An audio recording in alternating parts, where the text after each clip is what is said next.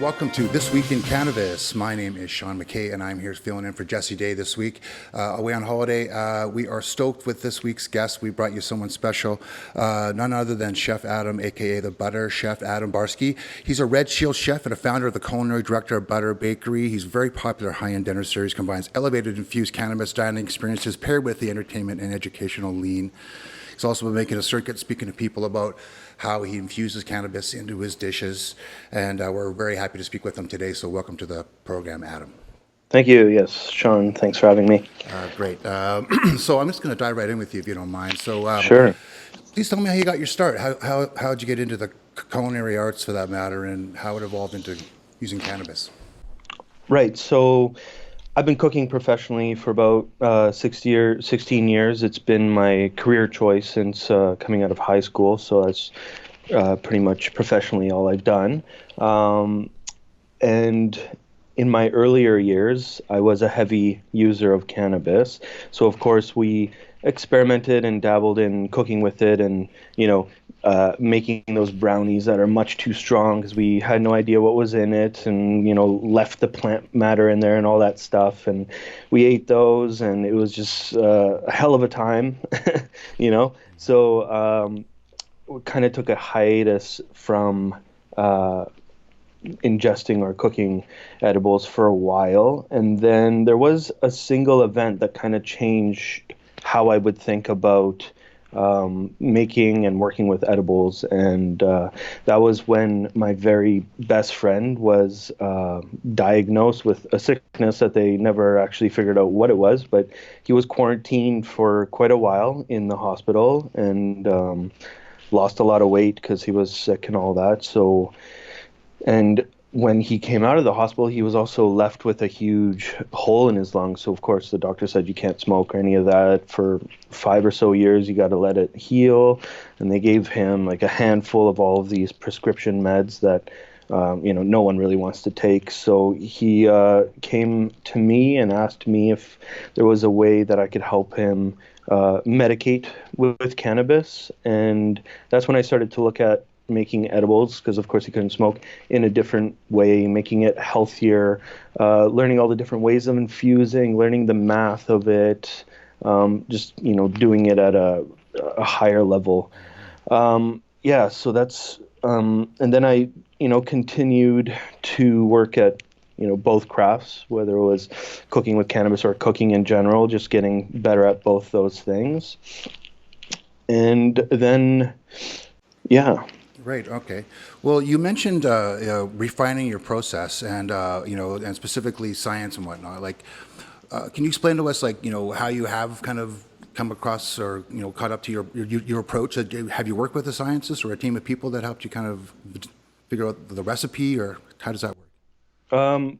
I've mostly just been working by myself. I never actually knew of anybody that was Fair enough. Yeah. working at it at a higher level, but the internet always has information, so always just looking for information and researching, and just generally that's how I am, especially with cooking. I didn't just take it lightly. I studied books and everything, and it's just Come on. I mean, I worked in the restaurants long enough. I was just telling a friend, every time I meet a chef, I always call them chef because I know that that's a word that they deserve. And all respect to that, to that sea of knowledge, right? So I understand where you're coming from for that. Absolutely. So how did that lead to you coming up to the high-end dinner experience? How was that conceived? right. So I guess that's where the story continues a little bit. I just kept making edibles and things like that, got better with it, and then when word came out that legalization was coming, I kind of played with the idea of maybe uh, having a bakery or something like that, which I did. I launched that. Actually, I put up a booth at the big 420 event here at the beach, and I got rave reviews and all that. So the next day, I got really excited and doubled down on that. And then, yeah, I just started going to different events and putting up my booths and making it look nicer and packaging and more professional, all that stuff. And eventually I was seen by someone in the industry, sort of, and they invited me to a little bit more of an exclusive event with a private invitation. And that's when I started meeting bigger players, and that's where I met my partners with the High End Dinner series, the Stolby sisters, Tamu and Zia Stolby. They were the ones who actually conceived High End Dinner, and I think they had for that idea for maybe 10 months before they even met me. So they went up to that event, and they were kind of looking for cannabis chefs in general or people that cook with it. And then we got to the talking. I guess I said a lot of the right things. And instead of looking for that went from looking for lots of different chefs to work with to just, I guess doubling down with me. So, yeah, we met back up again a couple weeks later. I executed an event with them and it went really well. And that event had a lot of, executives and people that were already in the industry and stuff. So that went over really well. So we just continued with that. Perfect, perfect. So what you're trying to say is you basically trimmed your way in there. Yeah, as we all do. Yeah, yeah, I love it. Well, listen. Well, what are some of the best dishes that you find work well with cannabis? Like, is what's working? Right. So, well, cannabis, the compounds, the cannabinoids, they infuse better with fat, of course. So, whatever dishes have some sort of fat in there would work the best. Baking works really well because you just put a lot of butter or coconut oil if you're doing vegan. So those work well, but that's really the amazing thing about cannabis is you can put it into just about anything. I mean, they're putting it into water, right? They figured out a way to do that. So, uh, with that science out, you can put it into anything. So that's the great part. Is just like now it's just up to your imagination. Whatever you think up, you can make. Right, right. But as a chef trying to give somebody an experience, like, what are you hoping they're going to get out of one of your dishes in that respect? You know, Well, sure. So yeah, as a chef, I mean, we had this one event. It was totally plant-based, vegan, all of that, and we did it CBD infused. It was more of like an introductory into cannabis and cannabinoids, and that was fun because I got to make that menu just out of my mind, and I made it out of memories and experiences and living in the Pacific Northwest. Just so they can feel the dishes that I come up with and experiences. So that's really fun. Yeah. right on. So do you have? I mean, this is a part of the culinary experience. I mean, I understand too. I mean, you have, tell me. I mean, if you do or not. I mean, descriptive passages that kind of bring people to a place when they. Yeah. Yeah. Hmm. That makes sense. Yeah. And well, you're in such a good spot. I mean, we're being from BC and whatnot, right? That must play well into the whole thing, of course, right? Totally. I mean, we've been doing it for a long time here, right? Yeah, We're used yeah, to it. yeah. So in that matter, I mean, have you seen any of your other colleagues kind of adapt this? Like, what are your thoughts on it? Like, actually becoming a more of a mainstream thing? I mean, you're probably ahead of the curve on it, I imagine, right? I'm one of the few, I guess, that are out there, and we're trying to be seen and doing interviews and media and stuff like that, trying to normalize it and stuff. Yeah. And so, yeah, there are other people doing it, and instead of being um, competition with one another. We're working together. So if they have an event, I'll offer my skills to help them out. They'll help me out because we want to bring it all up together. And like Canada has a chance to be the leader at something like this, something new, something big, and I think we got to grab onto that and go with it. Yeah, I could tend to agree for sure. Have you come up against Health Canada or any kind of anyone giving you any advice on how to regulate or anything like that? No one has come to us. We've also kind of tippy-toed to cover our bases so we don't just go out into the open and try to ruffle any feathers or anything like that. But yeah, we stay on top of what the regulations are. We go through that. We try to figure out a way to do it without getting into trouble or Sure, anything like sure, that. So sure. it is a tricky thing to navigate, but I think in the regulations there is room to navigate. Right. So tell me again, and I'm sorry if I missed this completely because I just want to be clear. Like when you cook, are you using just the CBD product, or is there definitely is a THC element to it as well, right? There is THC at times for sure. We do a little bit of everything, whether it's just CBD, just THC, or a combination of both, as CBD can mitigate the effects of THC. So we try to incorporate that into, excuse me, events and menus and things like that, just to have like the wave going steady instead of, any spikes there. Exactly. What can you identify as being like a benefit from actually using it, or like eating it?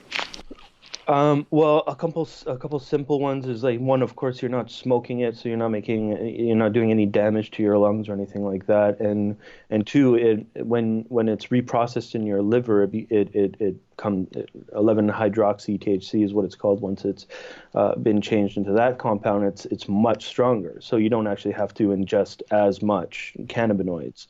Um, there's a lot of science out there, but there's a lot of new stuff they're figuring out all the time. So, I don't want to say too much in case No. something new comes out and says it's wrong. But Yeah. but I think one of the biggest things is that, yeah, it doesn't, you don't have to smoke it. So for a lot of new users or people that don't want to smoke anything or don't like cigarettes, stuff like that, they can get into it. The effect is a bit different as well. When you smoke it, you feel it, in your head right away, and you get a bit cloudy, stuff like that. But when you eat it, it's especially at lower amounts, you could just feel it in your body just a little bit. So yeah. Yeah, yeah, exactly. Yeah, it's like you said, it's interesting to see what's coming down the pipe, right? I've been fortunate enough to talk to a couple individuals, in particularly beverage company CEO of a beverage company out of Saskatchewan, who were telling us about how they were able to extract in a particular way, and they really brained out how to have a when you drink one of their beers. It feels like you had a beer and it wears off like you had a beer. So there's some science out there that's still coming to be a norm. It's crazy. It really is Wild West, hey, in terms of where we're at, right? And you're definitely out there on the forefront of that. Well, having said that, where do you think this whole thing's going to go in the next 5 years, just from your honest opinion, just from your experience? That's I know it's a broad question, but like, what do you think, it's it's Chef? it's broad. It can be broad, but it can also be tricky. I mean, like, the cannabis movement is moving so fast, but when it comes to being in the legal space with the government and regulations, bureaucracy moves slowly, right? So I have a lot of conversations with people, and they want to see consumption sites or restaurants and things like that. And people are ready now to execute those, but with bureaucracy that moves so slow, like, who knows what we're going to see in the next 5 years? And like, even edibles are out in stores now. They're available, but you can't have anything that's refrigerated. I believe it has to be just a packaged chocolate bar or packaged edible. So, what about that? That leaves out like so many items Sure, that, sure.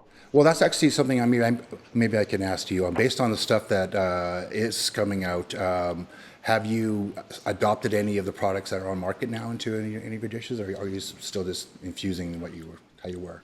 I well, okay, I haven't looked at any edibles, but in regards to using product that is in the regulated space, I guess technically we should be using legal market um, product in what we do.